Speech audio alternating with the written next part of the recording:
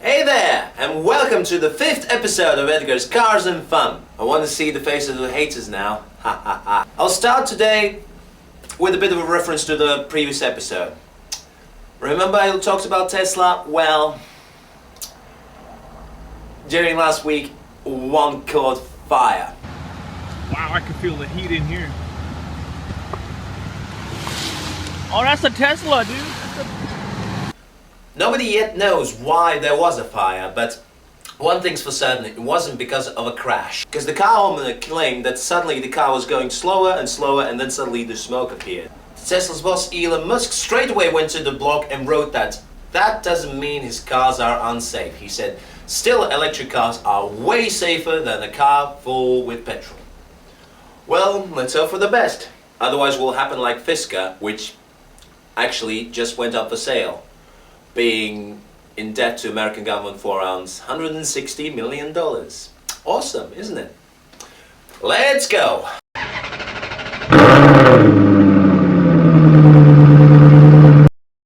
As this is my 5th episode, I've tried to do something special.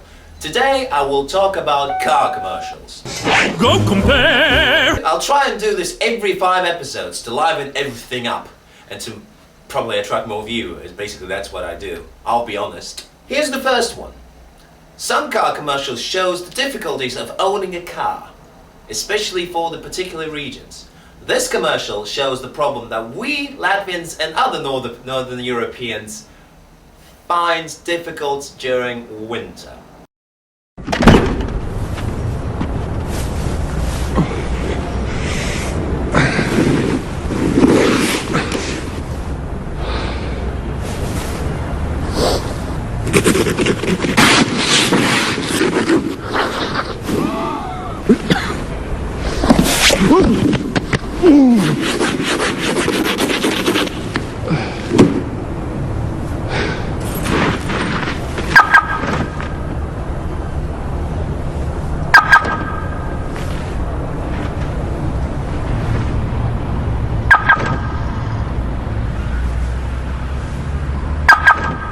Snow.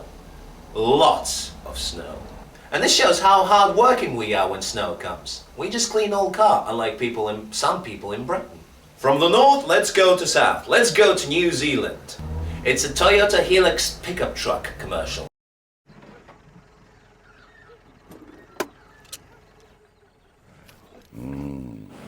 Oh, smell that?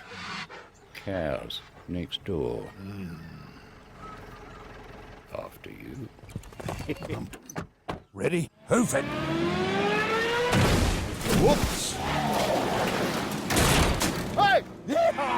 Nice! Out of the way, sheep shagger! Oh, look out! That'd be a bit rude to turn up empty-handed.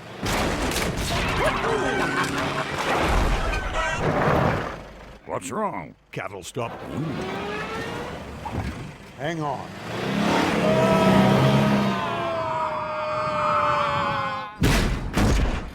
Afternoon, ladies. Afternoon, boys. Nice truck. Do you fancy a ride?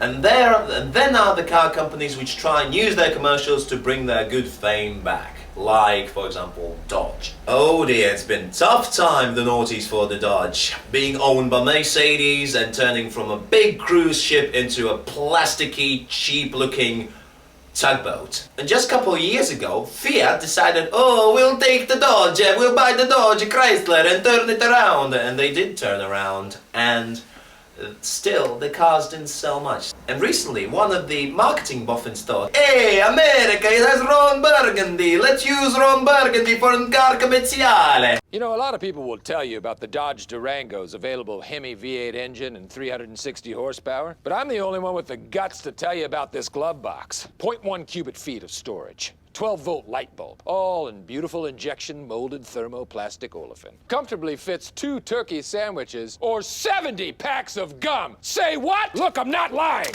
Gum for days. Is this a gumball machine? No, it's a Dodge Durango.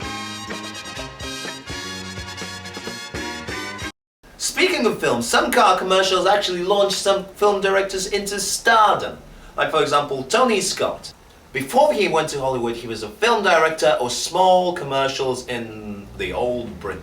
Then one day, he got a call from SAAB, asking, "Can you please make a commercial for us, please?" He said, "Yeah, sure, why not?"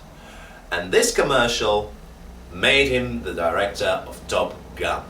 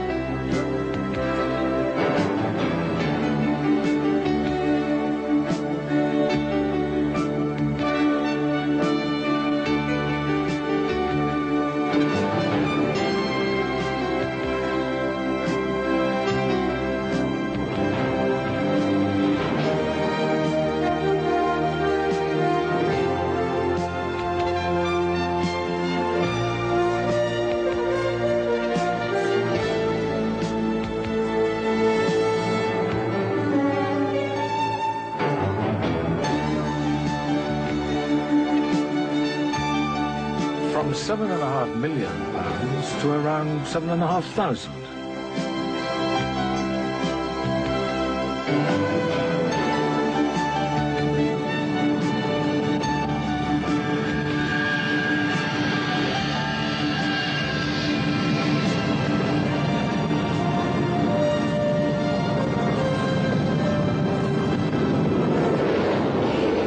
SAAB, nothing on earth comes close.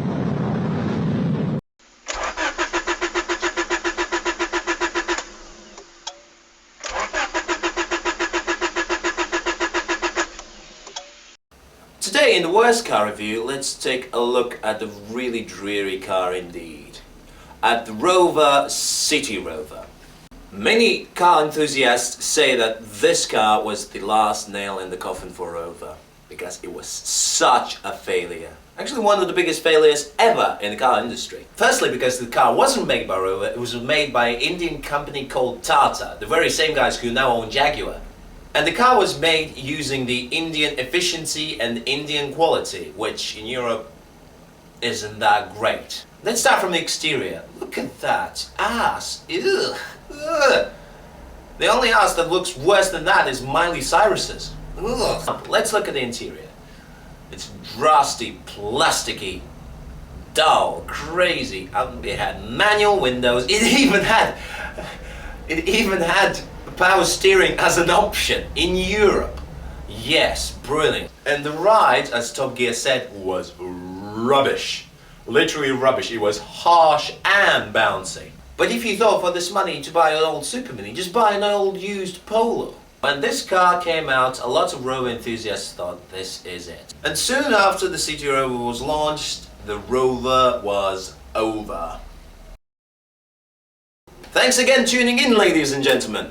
Please share, subscribe, please keep watching it. I really appreciate your comments. Thank you for commenting, haters or lovers. I really like any comments. This was Edgar from Cars and Fun. I'm out of here.